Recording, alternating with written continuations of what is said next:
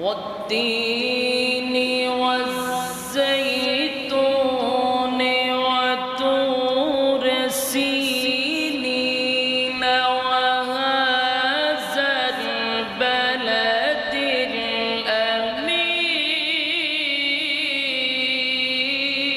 الأمين لقد خلقنا الإنسان في أحسن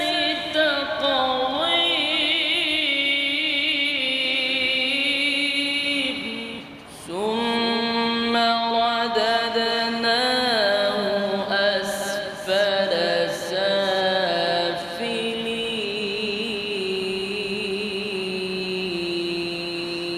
سافلين إلا الذين آمنوا وعملوا الصالحات فلهم أجر غير ممنون.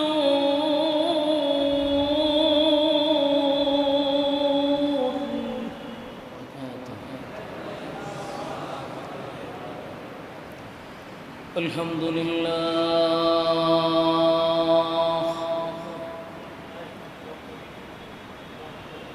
الحمد لله الأكرم الذي خلق الإنسان وكرم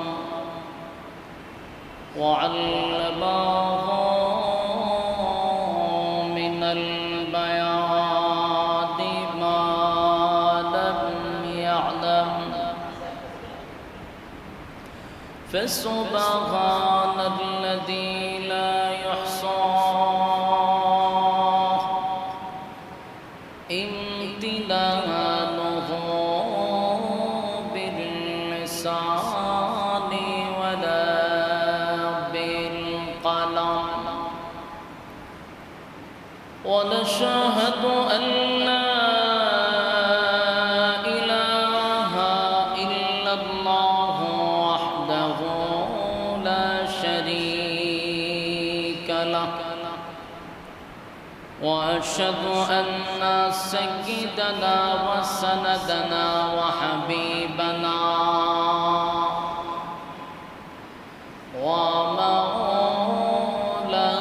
ومولانا محمدا عبد الله ورسوله أرسله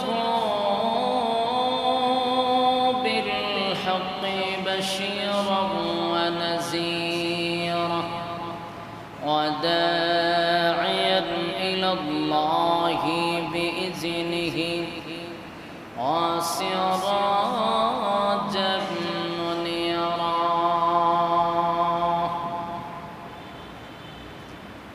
أما بعد فأعوذ بالله من الشيطان الرجيم بسم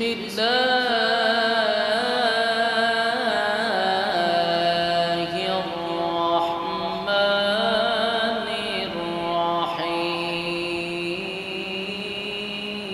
الرحيم والتين والزيتون وطور سينين وهذا البلد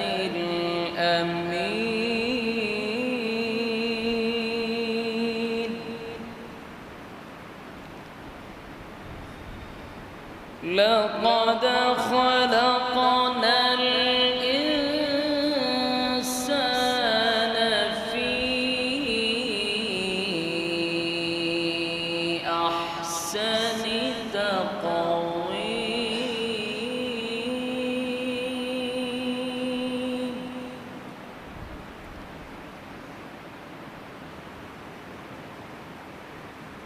والتين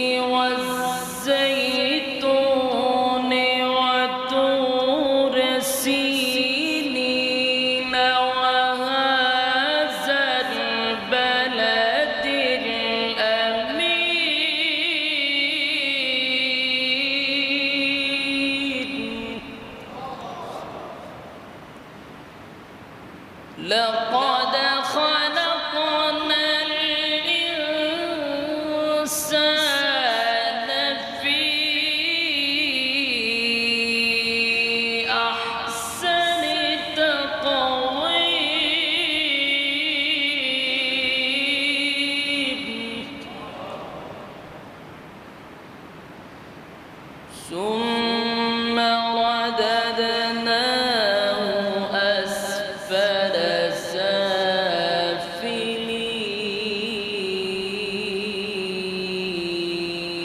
سافلين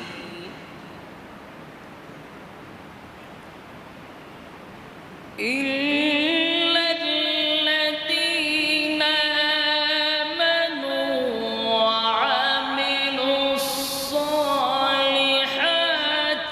فلهم أجر غير ممنون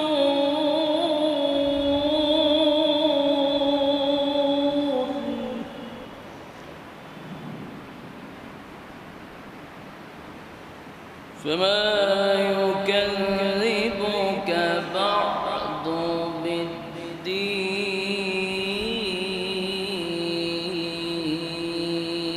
بالدين فما يكذبك بعد بالدين أليس الله بأحكم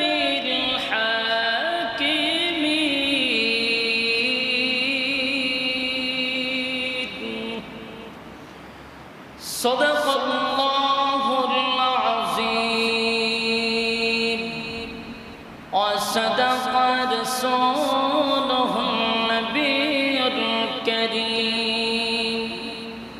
ونحن على ذلك من الشاهدين والشاكرين والحمد لله رب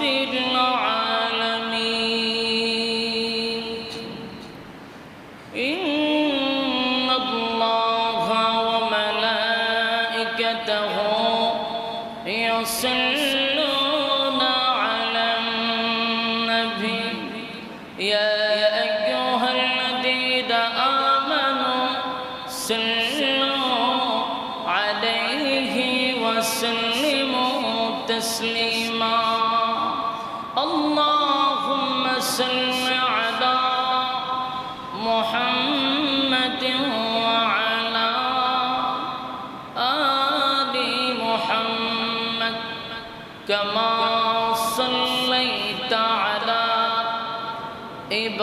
إبراهيم وعلى إنك حميد مجيد اللهم بارك على محمد وعلى آل محمد كما باركت على إبراهيم وعلى آل إبراهيم إنك حميد میرا دل طلب رہا ہے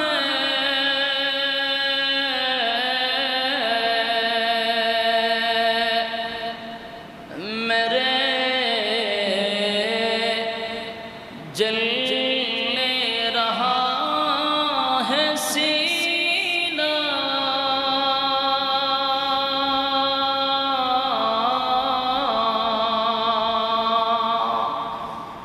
اے دوا وہی ملیں گی مجھے لے چلو مدینہ بلغ العلا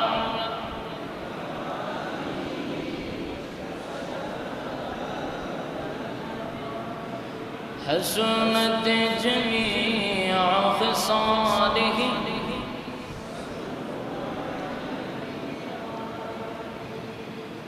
بختی کا چمکے ستارہ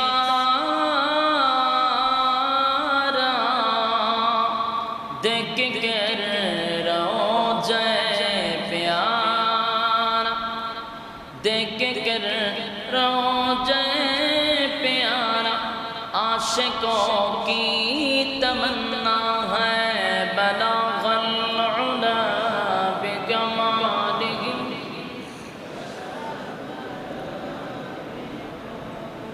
حسنت جمیع خصالہ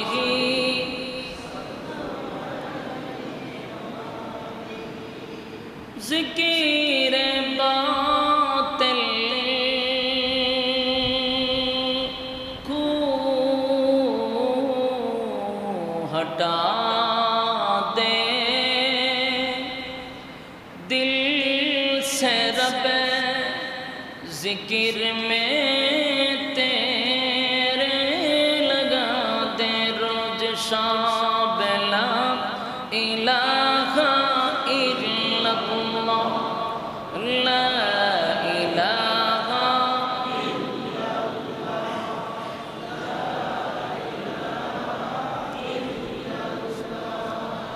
لا الہ الا اللہ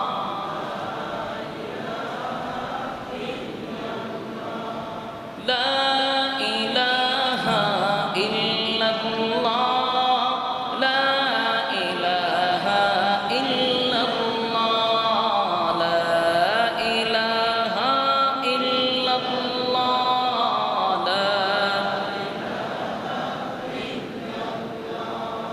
لا الہ الا اللہ محمد رسول صلی اللہ علیہ وسلم আলহামদুলিল্লাহ আল্লাহ পাকের অসংখ্য গণিত শুকরিয়া যিনি অত্যন্ত দয়া মায়া করে হাজারো মানুষ থেকে যাচাই বাছাই করে নির্বাচিত করে পছন্দ করে মহব্বত করে জান্নাতি মজলিসে পৃথিবীর শ্রেষ্ঠ জায়গা মসজিদে আসার এবং বসার রব্বে কারীম যে সুযোগটুকু করে দিয়েছেন সুস্থ অবস্থা এটা আল্লাহর পক্ষ থেকে আমাদের জন্য বহুত বড় এক নিয়ামত আল্লাহ আমাদেরকে পূর্ণ সুস্থ রেখে ওনারই গড় মসজিদে নামাজের আগ মুহূর্ত দিনই কিছু কথা শোনার জন্য আমাদেরকে সুযোগ করে দিয়েছেন। এই জন্য আমরা অবনত চিত্তে হৃদয়ের আবেগ থেকে সর্বপ্রথম শুকরিয়া আদায় করছি আলহামদুলিল্লাহ। লক্ষ কোটি দুরুদ এবং সালাম আল্লাহর সৃষ্টির প্রধান আকর্ষণ জনাবে মুহাম্মদুর রাসূলুল্লাহ সাল্লাল্লাহু আলাইহি ওয়াসাল্লামের উপর। সম্মানিত সুধী,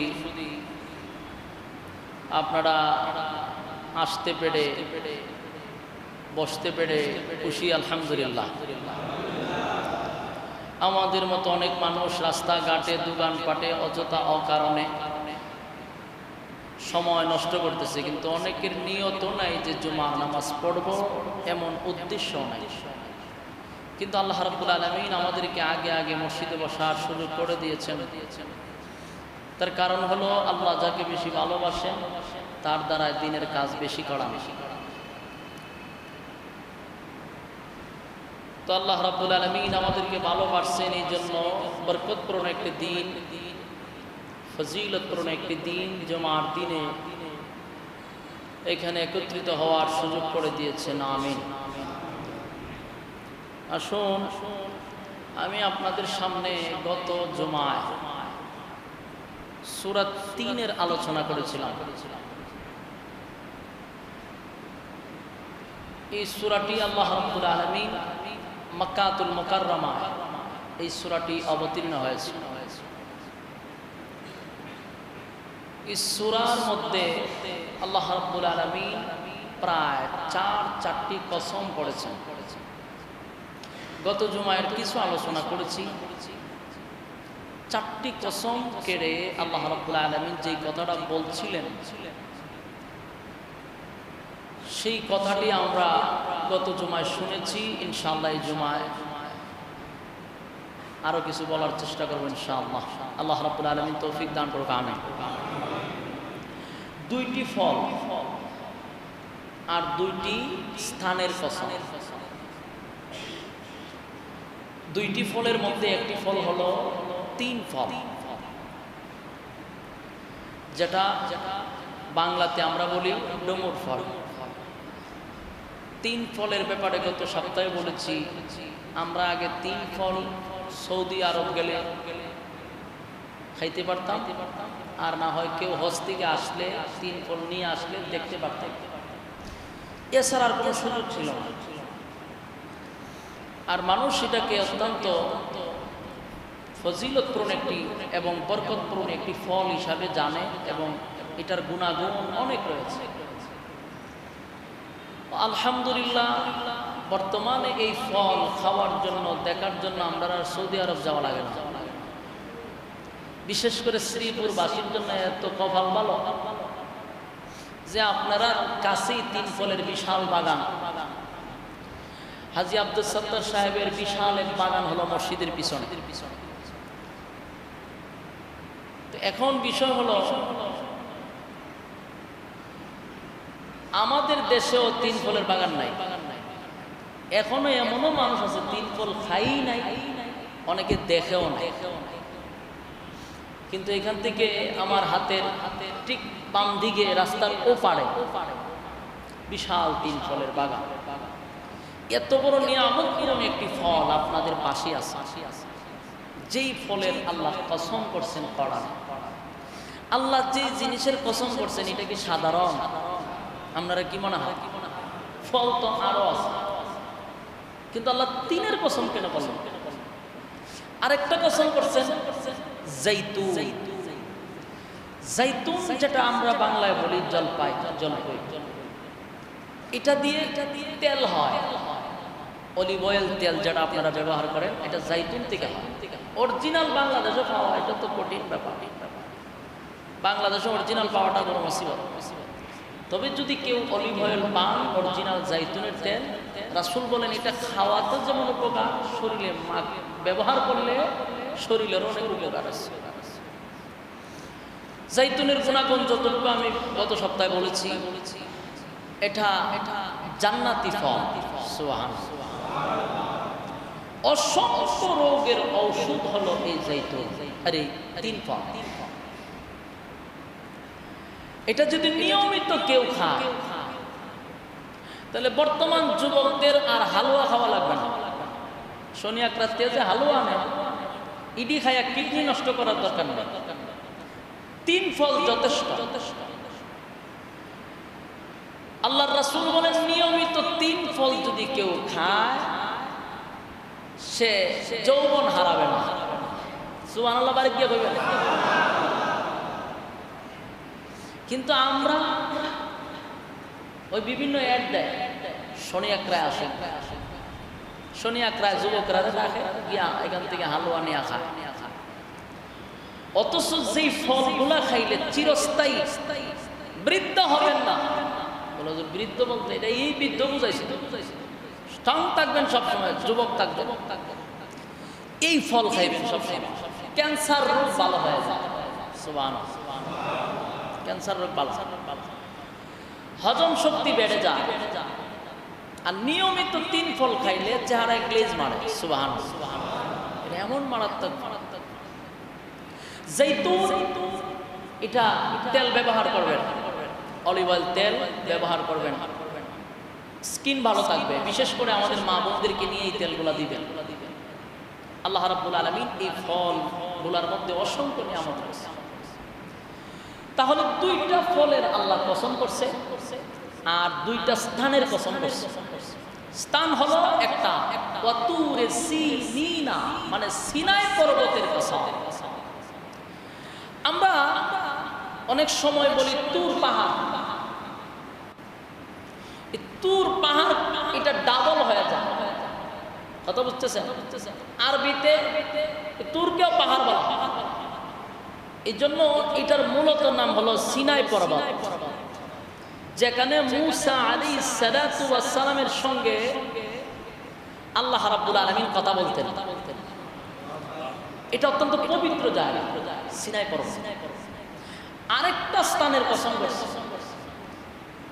মক্কা নগরীর কসম, ওয়া হাযাল বালাদিল আমিন, পবিত্র নগরীর কসম। পবিত্র নগরী বলতে মক্কাতুল মুকাররমা। সুবহানাল্লাহ। তাহলে দুইটা ফল আর দুইটা স্থানের কসম করে আল্লাহ কি বললেন? লাকাদ খালাকনাল ইনসানা ফি আহসানি তাকওয়িম। চারটা কসম করে আল্লাহ বলেন লাকাদ খালাকনাল ইনসানা ফি আহসানি তাকওয়িম। আল্লাহ বলেন মানুষকে আমি সুন্দর করে বানিয়েছি। সুবহানাল্লাহ।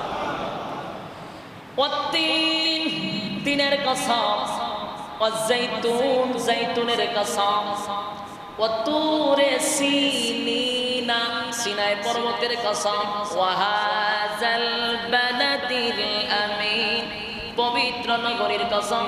পবিত্র নগরী কোনটা? মক্কাতুল মুকাররমা এবং মদিনা নিরাপদ নগরী। চারটি কসম করে আল্লাহ রাব্বুল আলামিন বলেন লাকাদ খালাকনাল ইনসানা ফি আহসানি তাকওয়িম। চারটি কসম করে আল্লাহ বলেন আমি আমার সৃষ্টি জগতের মধ্যে সবচেয়ে সুন্দর বানিয়েছি মানুষকে। এখানে একটু লক্ষ্য করে শুনুন, আল্লাহ রাব্বুল আলামিন আসমান আর জমিনের উপরে, আসমানের নিচে অসংখ্য অগণিত মাখলুকাত আল্লাহ সৃষ্টি করেছেন, কিন্তু কোন মাখলুকাতকে আল্লাহ সৌন্দর্যের শ্রেষ্ঠত্ব দান করে নাই। মানুষকে আল্লাহ সবচেয়ে সুন্দর করে বানাইছেন, এই কথা আল্লাহ বলছেন। আমরা যদি বলি চিড়িয়াখানায় হরিণ বড় সুন্দর, বিড়াল সুন্দর, বাঘ সুন্দর, পাখিগুলা সুন্দর, তারপরে সুন্দর সুন্দর কবুতর আছে, পাখি আছে, ময়না আছে, টিয়া আছে, কিন্তু তাদের বাসা যদি থাকতো বলতো তোমরা আমাদেরকে সুন্দর বলো, অথচ আমাদের সৌন্দর্যের ব্যাপারে আল্লাহ সার্টিফিকেট দেয় নাই, স্বীকৃতি দেয় নাই। কিন্তু আল্লাহ কোরআনে বলছেন লাকাদ খালাকনাল ইনসানা ফি আহসানি তাকওয়িম। আল্লাহ স্বীকৃতি দিলেন মানুষকে অত্যন্ত সুন্দর করে আমি বানাইছি। মানুষের চেয়ে সুন্দর আল্লাহ আর কোন প্রাণী বানান নাই। মানুষ বড় সুন্দর। গত জুমায় বলেছে মানুষ যদি কাপড় পরিধান করে মানুষকে দেখতে সুন্দর লাগে, কিন্তু গরু ছাগলে যদি আপনার টাই কোট পরায় দেন সুন্দর লাগবে না। আপনারা গরু যাদের গরু আছে, বিলাই আছে, আজকে শার্ট প্যান্ট পরাই দিবেন, এটা টাই গলাত লাগাই দিবেন, সানগ্লাস একটা লাগাই দিবেন, লাগাইয়া পরে লইয়া হাঁটবেন, সুন্দর লাগবো না? হাসি উঠব, এটা হাস্যকর বিষয়। বিড়ালের গলায় যদি টাই লাগাই, চশমা একটা কালো লাগাই দিলাম আর একটা শার্ট পরায়, ফ্যান পরায়, বুকিট বাড়ি দিলাম, যা মানুষে হাসবে আর আপনারা পাগল কইব। কথা কয় না? পাগল কইব নি কেন? আল্লাহ রাব্বুল আলামিন বলেন মানুষকে সুন্দর বানাইছি। মানুষ যত কাপড় পরিধান করে মানুষকে দেখতে সুন্দর লাগে, কিন্তু বিড়াল, কুকুর, চতুষ্পদ জানোয়ারকে আপনি যতই সুন্দর করে বানান না কেন, যতই সুন্দর কাপড় পরিধান করান না কেন, এটা হাস্যকর হয়ে যায়। আল্লাহ তাকে সৌন্দর্য স্বীকৃতি দেন নাই, দিছে আপনি আমার। সুবহানাল্লাহ। সম্মানিত সুধী, আল্লাহ কোরআনে চারটি কসম কেটে বলেন যে আমি মানুষকে সুন্দর বানাইছি। আসমান বানাইছেন কয়টা? 7টা। কয়টা? 7টি আসমান। এক একটা আসমান এক একটা জিনিস দিয়ে বানাইছে। কোন আসমান বানাইছে লোহা দিয়া, কোন আসমান বানাইছে রূপা দিয়া, কোন আসমান বানাইছে আল্লাহ স্বর্ণ দিয়া, কোন আসমান বানাইছে হীরা মণি মুক্তা দিয়া, কোন আসমান বানাইছে নূরের পাথর দিয়া। এত সুন্দর করে আল্লাহ আসমান বানাইছে, একটা না 7টা আসমান। আর এই আসমান আর জমিন আল্লাহ সৃষ্টি করতে মাত্র 6 দিন লাগছে। কয় দিন? 6 দিনে আল্লাহ রাব্বুল আলামিন আসমান, জমিন, সূর্য, চন্দ্র, গ্রহ, নক্ষত্র যা আছে, নদী, নালা, খাল, বিল সবগুলি 6 দিনে বানাইছে। আর আল্লাহ রাব্বুল আলামিন বলেন মানুষকে আমি বানাইছি 10 মাস 10 দিন সময় নিয়া। আরে মানুষ, তোমার চেয়ে সুন্দর আমি আল্লাহ কাউরে বানাই না। এমন একটা জিনিস দ্বারা আল্লাহ তোমারে তৈরি করছে, ওই জিনিসের নাম পর্যন্ত নেওয়া যায় না। একটা নাপাক পানি দ্বারা তোমার আল্লাহ বানাইছে। অন্ধকারের ভিতরে রব্বে কারীম তোমার এই সৌন্দর্য তৈরি করছে, ফেরেশতাদেরকে অর্ডার দিয়েছে।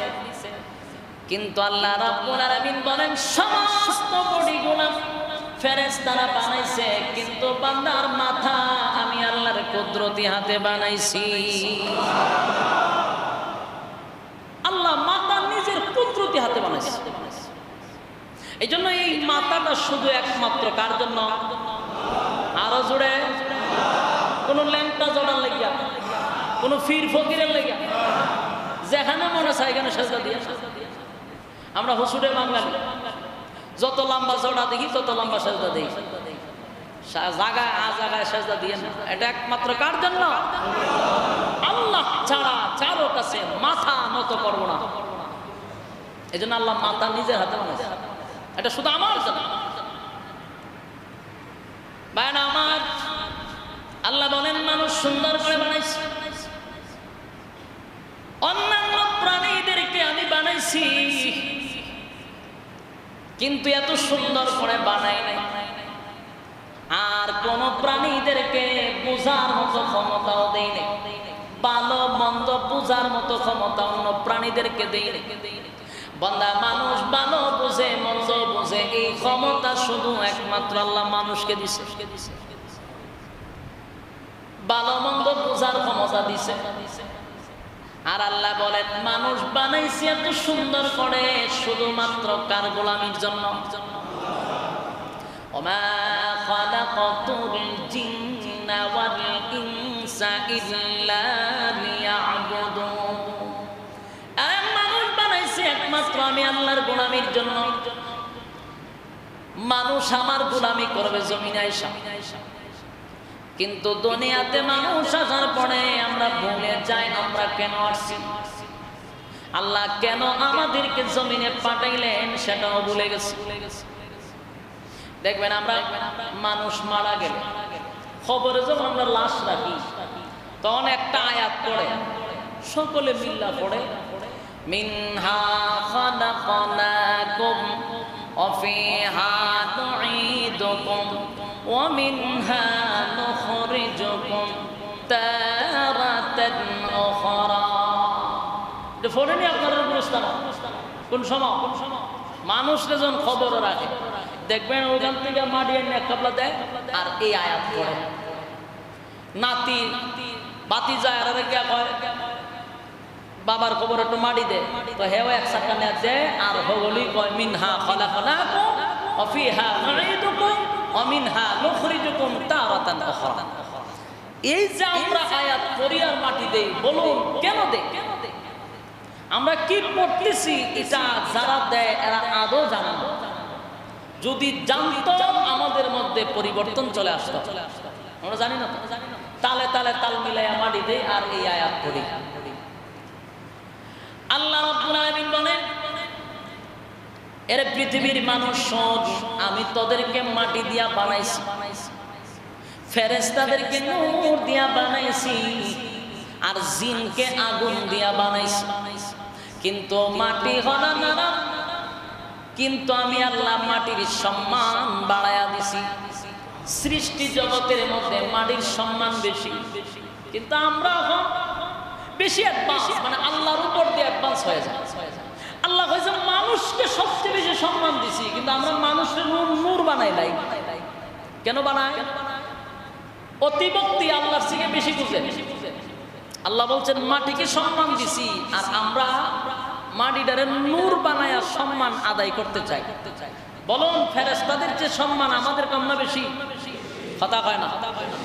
ফেরেশতা কিসের তৈরি আর আমরা মাটির তৈরি। তাহলে আল্লাহ মাটিকে সম্মান দিল।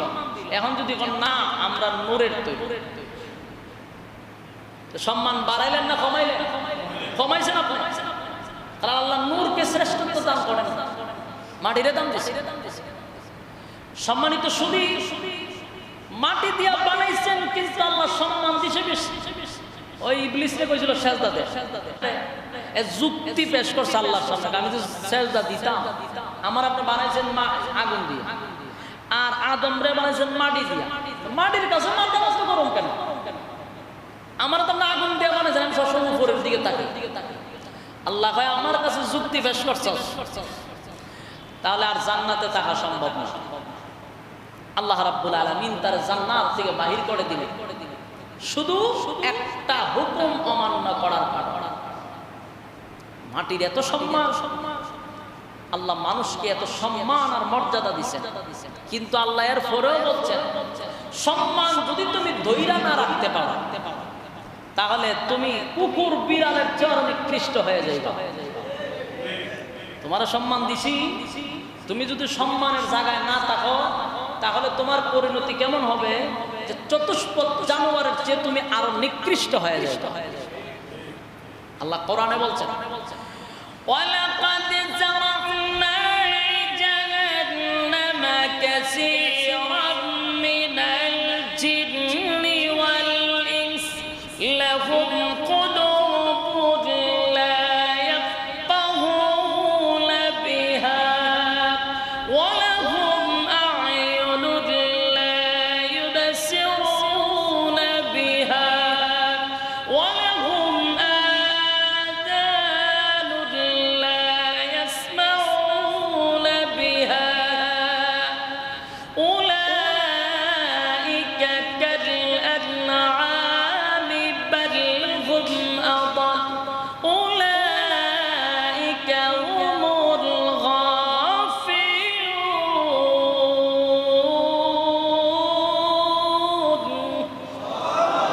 আল্লাহ রাব্বুল আলামিন বলেন, মানুষ সম্মান দিছি ফেরেশতাদের চেয়ে বেশি। যদি তুমি আমার এই নিয়ামত ভোগ করার পরে সম্মানের জায়গায় না থাকো, চতুষ্পদ জানোয়ারের চেয়ে আরো নিকৃষ্ট হয়ে যাইবা। চতুষ্পদ জানোয়ারের মতো বলে নাই, আল্লাহ বলছে এর চেয়ে আরো বেশি নিকৃষ্ট হবে যদি আমার সম্মান ধরে না রাখতে। কেন আল্লাহ আমারে কেন পাঠাইলেন? বলুন কেন পাঠাইছেন? গোলামি করার জন্য। কার? আল্লাহ। আমি এখন গোলামি করা শুরু করছি শয়তানের, তাহলে শয়তানের গোলামি যারা করবে এরা চতুষ্পদ জানোয়ারের মতো না, এর চেয়ে নিকৃষ্ট। কথা বুঝতেছেন? এখন আসুন, প্রত্যেকটা মানুষের বোঝা দরকার আল্লাহ রাব্বুল আলামিন মাটি দিয়া বানাইছেন। আল্লাহ শুরুতেই বলেন, বান্দারে আমি তোরে মাটি দিয়া বানাইছি, আবার মাটির সঙ্গে তোরে মিশায়া দিব।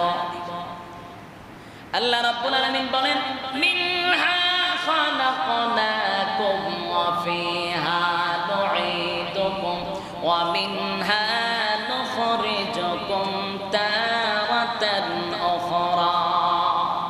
এই আয়াতে কারিমার মধ্যে তিনটা কথা আল্লাহ বলেছেন, অতীত, বর্তমান, ভবিষ্যৎ। বলুন কয়টা কথা? অতীত, বর্তমান, ভবিষ্যৎ।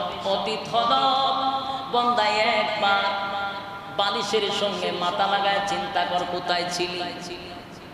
আরে যুবক ভাইরা, একটু চিন্তা করে দেখেন তো আমরা কোথায় ছিলাম? আমরা কি পৃথিবীতে এক সময় ছিলাম? কথা কয় না? না, এই পৃথিবীর জমিনে তো আমরা ছিলাম না। তাহলে কোথায় ছিলাম? নিশ্চয়ই কোনো এক জায়গায় ছিলাম। এরপর আল্লাহ বলেন, আসো কোথায়? বলুন আমরা এখন কোথায় আছি? দুনিয়ায়। কোথায় আছি? আমরা এখন দুনিয়ায় আছি। এরপরে আল্লাহ বলেন, বান্দারে এরপরে যাবি কোথায়? আসো কোথা থেকে, আসো কোথায়, আর যাবা কোথায়? তিনটা কথা যদি আমাদের ভিতরে ঢুকাইতে পারি, তাহলে মিনহা খালাকনাকুম ওয়া ফিহা নুঈদুকুম ওয়া মিনহা নুখরিজুকুম তারাতান উখরা।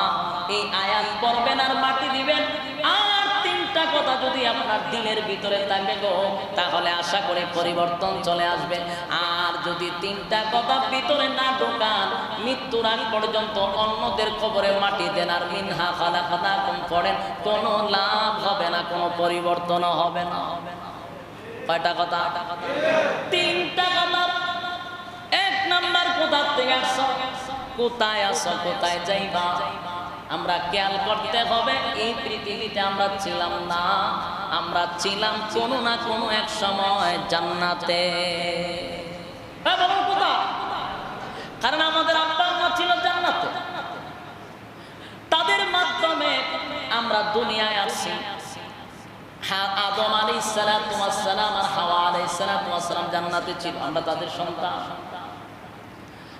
আমরা তারপরে আসলাম লতা পাতার মধ্যে, বিভিন্ন ফলের মধ্যে, বিভিন্ন খাবারের মধ্যে আমরা ছিলাম। সেখান থেকে আমাদের বাবার ভিতরে যায়, সেখান থেকে বাবার মাধ্যমে মায়ের রেহেমে যায়। সেখানে যাওয়ার পরে আল্লাহ রাব্বুল আলামিন সেখানেও ফেরেশতা রেখে দিয়েছেন। ফেরেশতারা বারবার জিজ্ঞাসা করে, আল্লাহ এই লোকটাকে কি অন্ধ করে দিব, বুবা বানায়া দিব, হাত পা কি আতুল্লোড়া বানায়া দিব? আল্লাহ বলেন ওখান থেকে মেসেজ দেওয়ার প্রয়োজন হবে না।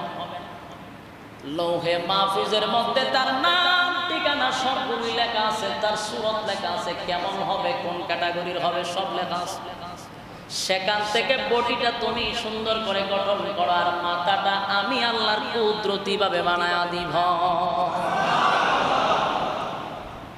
আমরা ছিলাম না, তারপরে আসছি, এখন দুনিয়ার জমিনে আছি, কিন্তু এই দুনিয়ার জমিনেও থাকবো না। থাকবো? কেউ থাকতে পারে নাই। পৃথিবীর মধ্যে যারা সবচেয়ে বেশি ক্ষমতা দেখাইছিল তারাও কি থাকতে পারছে? যাদের কথায় মানুষ উঠতো আর বসতো, তারাও দুনিয়ার জমিনে থাকতে পারে নাই। যুগে যুগে বড় বড় জালেমরা শাসন করে গেছে, কেউ টিকতে পারে নাই। আর তুমি আর আমি এই জমিনের নেতাগিরি কইরা বেশি দিন টিকব? কারণ হায়াত সীমিত। বলুন হায়াত। আল্লাহ রাব্বুল আলামিন যেদিন তোমাকে সুতায় ধরে টান দিবে, তুমি যতই নাচানাচি করো, সুতায় টান দিলে কিন্তু মালিকের হাতে চলে আসতে হবে। আপনারা গুড়ি উড়াইছেন? গুড়ি যে সময় উড়াইছে সুতা ছাড়ে, দেখছেন না? নাড়াই দিয়া সুতা ছেড়ে দেয়, তো গুড়ি অনেক উপরে উড়ে, ওইটাই তেইটা করে। হ্যাঁ নাচানাচি করে, লিম্বুর নাচায়, লেজ নাচায়, বুঝা যে অনুসায় উঠছি আর আমার পাইবেন কোথায়? কিন্তু এই ব্যাগ বলে জানে না যে নাটায় কার হাতে? মালিকের হাতে। তুই যতই নাচানাচি করস, টান দিলে আমার হাতে আইব নি? আমার কথা বুঝুননি? বুঝলে তো হা না কই। নাটায় কার হাতে? গুড়ির মালিকের হাতে। গুড়ি তো অনেক উপরে, হে নাচে, নাচলে মালিক হয়। বেশি নাচানাচি করিস না, নাটায় দিলে টান দিলে কাছে চলে আসে। আল্লাহ দুনিয়া ছেড়ে দিছে, আমরা প্রত্যেকের সাথে নাটায় সুতা বাঁধা আছে, টান দিব শেষ, নাচানাচি ফালাফালি সব শেষ। এই জন্য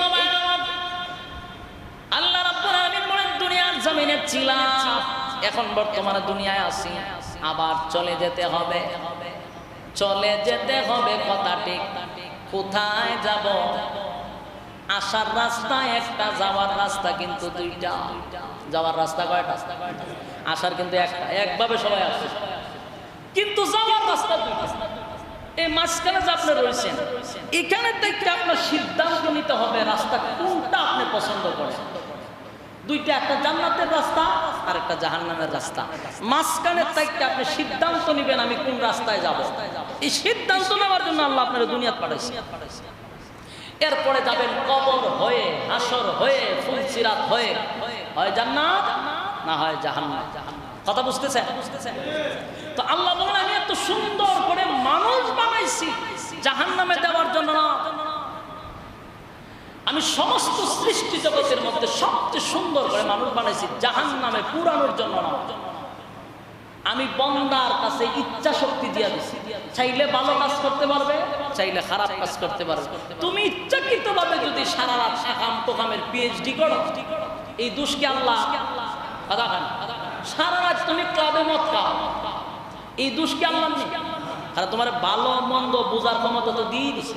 বান্দা সিদ্ধান্ত নেও কোনটায় যাইবা। তুমি ইচ্ছাকৃতভাবে জাহান্নামের রাস্তায় হাঁটতেছে, সেই দোষ তো আমার মালিকের না। এখন সিদ্ধান্ত নেন কোনটাতে যাইবে। আল্লাহ রাব্বুল আলামিন বলেন এত সম্মান আর এত মর্যাদা মানুষকে দিছি, দিয়া দুনিয়ায় পাঠাইছি, গোলামি করবি শুধু একমাত্র আমি আল্লাহ। এরপরে আল্লাহ বলেন যদি আমার গোলামি তুমি করো, তাহলে আল্লাহ বলেন তোমাদের সম্মান আর মর্যাদা ফেরেশতাদের চেয়েও বেশি।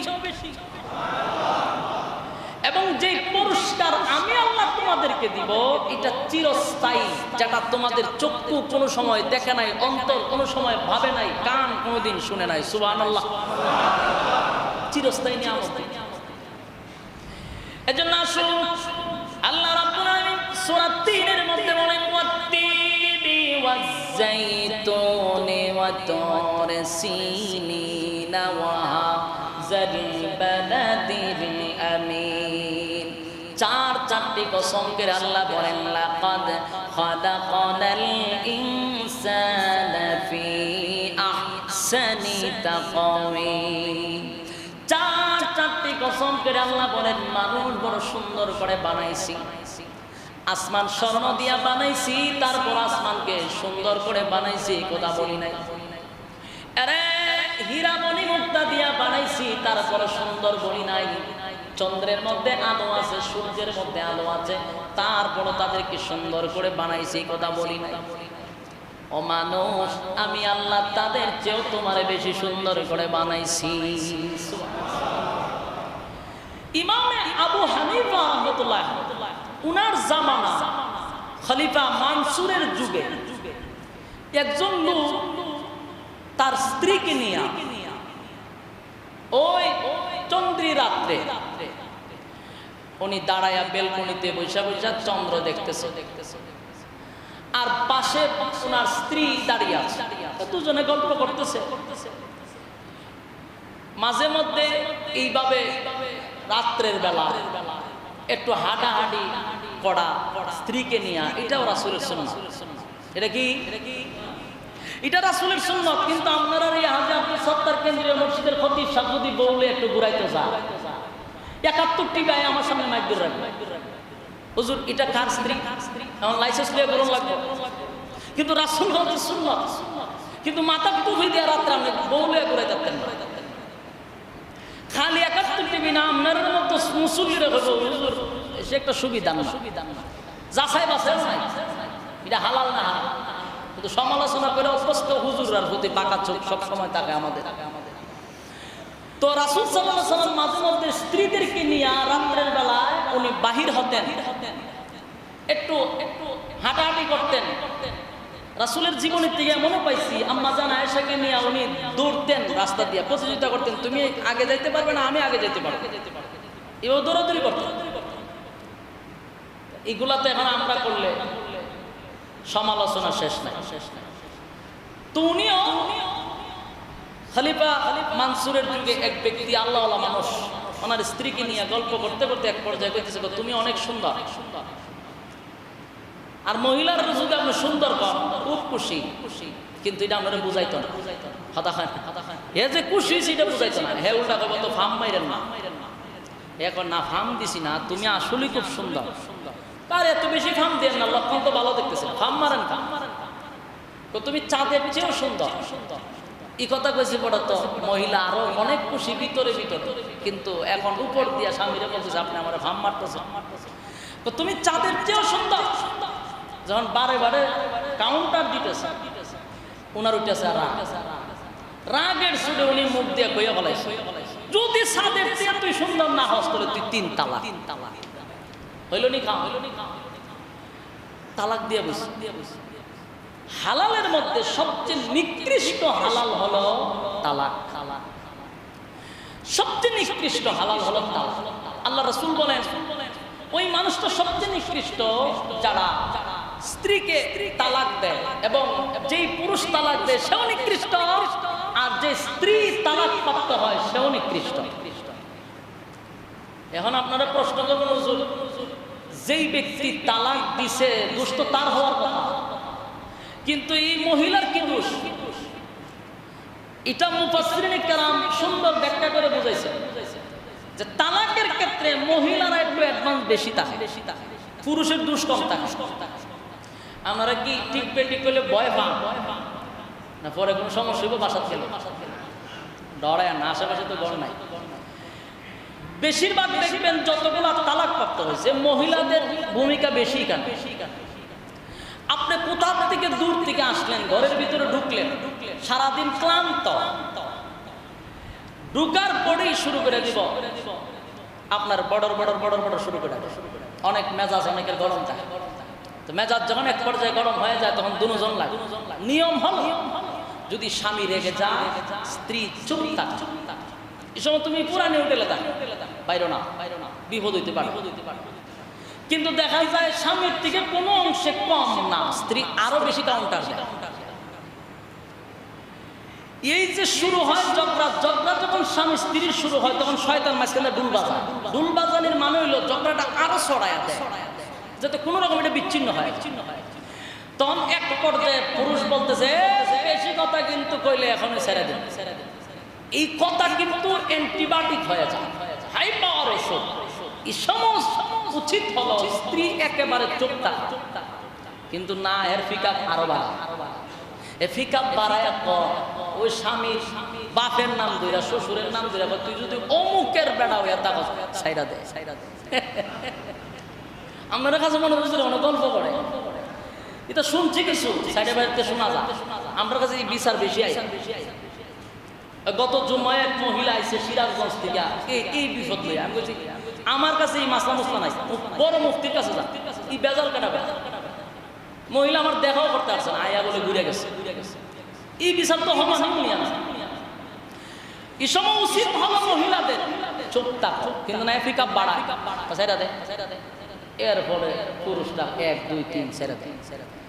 এও সারা দিয়ে একটা দিবে না, 14 গোষ্ঠী একসাথে সমানে তালাক দেওয়া শুরু করে।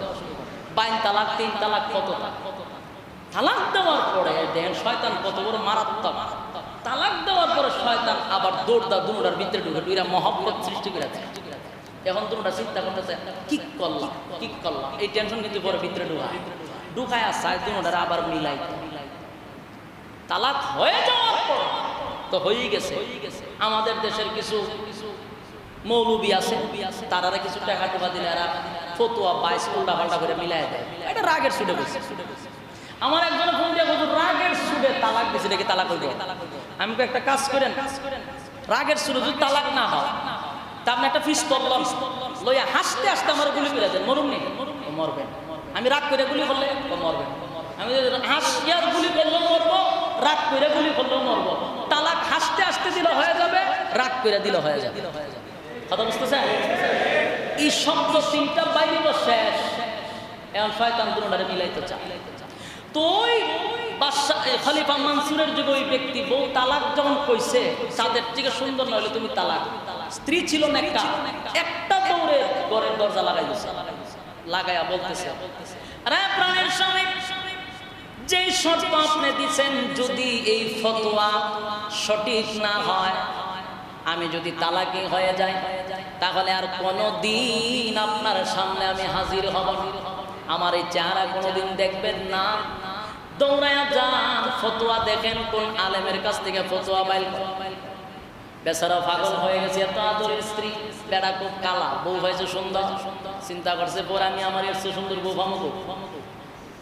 দৌড়ানো শুরু করছে সব হুজুররা।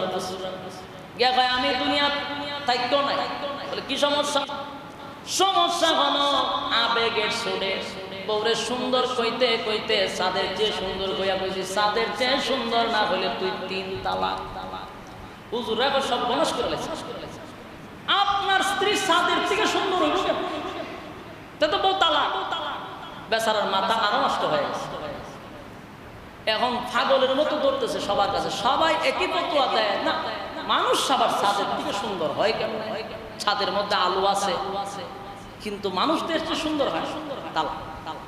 বেচারার মাথা পুরা হিডিয়ে পাগলের মতো হয়ে গেছে। স্ত্রী যদি তালাক হয়ে যায় তার জীবন শেষ। তো সব ওলামায়ে কেরাম মুফতিরা এক জায়গায় বসা উনি ফতোয়া দিলেন যে না, এটা তালাক হয়ে গেছে। আর এই মজলিসও বসা ছিল আবু হানিফা রাহমাতুল্লাহ, ইমামে আজম, সুবহানাল্লাহ। উনি মজলিসে বসা, উনি দেখতেছেন সবাই একেবারে ফতোয়া দিয়া তালাক দিয়া বিদায় করে দিচ্ছে। এখন মাঝখানে উনি আর কি করবেন? উনি বললো দেখেন আপনারা তো মাশাআল্লাহ ফতোয়া তো দিয়া দিচ্ছেন, সব কাজ তো শেষই। বলা হয় তা আমি একটু তেলাওয়াত করি, কোরআন তেলাওয়াত। ও বলে হাসাহাসি শুরু করছে, মিয়া এখানে আরেকবার বউ লইয়া টানা। কোরআন তেলাওয়াত করতেন, কারণ আমার একটু সুযোগ দেন, আমি একটু কোরআন তেলাওয়াত করব। তখন আচ্ছা ঠিক আছে, উনি চাইছে একটু কোরআন তেলাওয়াত করো, তখন উনি কোরআন তেলাওয়াত শুরু করছে। ওয়াত্তিনি ওয়াজ্জাইতুনি ওয়া তুরি সিনিনা ওয়া হাযাল বালাদিল আমিন লাকাদ খালাকনাল কমারা ফি আহসানি তাকওয়িম। বুঝছিনি? আর কইছে মাশাআল্লাহ, যে চমৎকার মুসল্লি। আয়াত হইছে তা আপনার দিকে কোন হইছে? উনি পড়তেছেন লাকাদ খালাকনাল কমারা ফি আহসানি তাকওয়িম। এখানে হইল লাকাদ খালাকনাল ইনসানা, উনি পড়ছে কি কামার। তো আপনারা তো লোকমান দিচ্ছেন না, কিন্তু এখানে সবাই বলছো আবার কম হইছে না, তো উনি আবার পড়তেছেন লাকাদ খালাকনাল কমারা ফি আহসানি তাকওয়িম।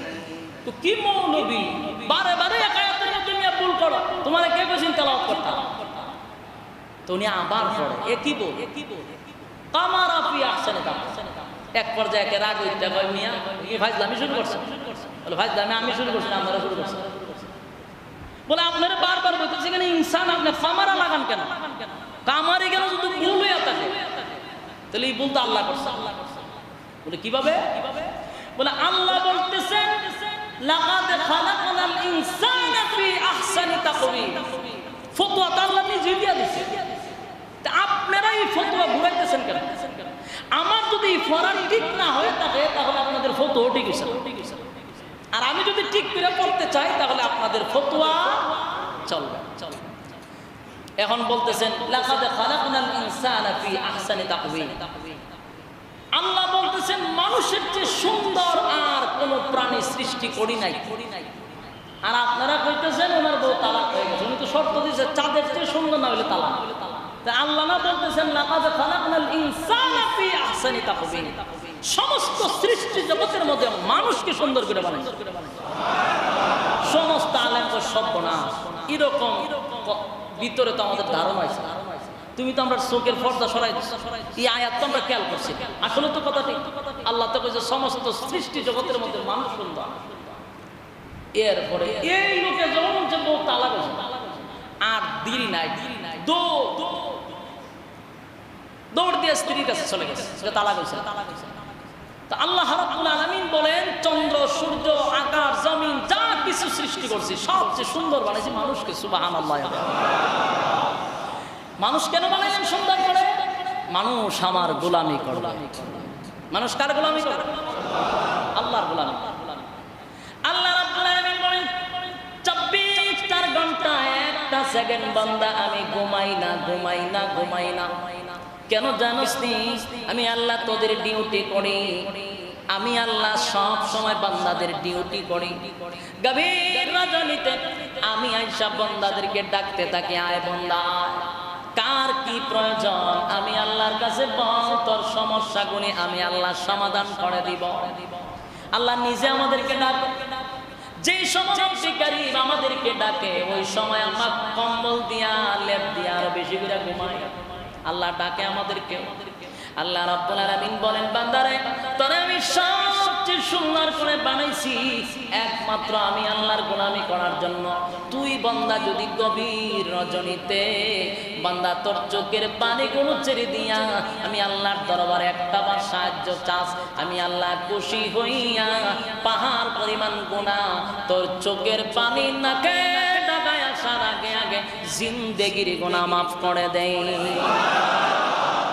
আমি আল্লাহ মানুষকে এত ভালোবাসি। বান্দা যদি গুনাহ করে পাহাড় পরিমাণ, বান্দা যদি গুনাহ করে সাগরের ফেনা পরিমাণ, কিন্তু আমি আল্লাহর দয়া মায়া এর চেয়ে আরো বেশি। আমার দয়া মায়া তোর গুনার চেয়ে বেশি। সুতরাং বানাইছি মহব্বত করে যত্ন কইরা। আমি চাই না জাহান্নামে দিতে। উসিলা আল্লাহ তালাশ করে। বলুন কি তালাশ করে? বান্দা উসিলা তালাশ করে, কিন্তু বান্দার উসিলাও পাই না। এই জন্য সম্মানিত শুধু আমি আপনাদের কাছে যে কথাটা বলতে চাই, এই সূরাটির মধ্যে 4টি কসম করে আল্লাহ বলে দিয়েছেন আমাদেরকে সবচেয়ে সুন্দর করে বানাইছেন। আর সুন্দর করে বানানোর একটাই উদ্দেশ্য, ওমা খালাকতুল জিন্না ওয়াল ইনসা ইল্লা লিয়াবুদুন। প্রত্যেকটা মানুষকে আল্লাহ বানাইছেন আল্লাহর গোলামি করার জন্য। আমরা আল্লাহর গোলামি করব, একমাত্র ইবাদত বন্দেগী করব কার? পারবো তো ইনশাআল্লাহ? আল্লাহ রাব্বুল আলামিন আমাদেরকে বোঝার তৌফিক দান করুন, বলনে ওয়ালা শুননে ওয়ালা উভয়কে যেন সহি আমল করার তৌফিক দান করে। আমিন। আমা আলাইনা ইল্লাল বালাগ। যারা সুন্নাত পড়ি নাই আমরা 4 রাকাত সুন্নাত পড়ি।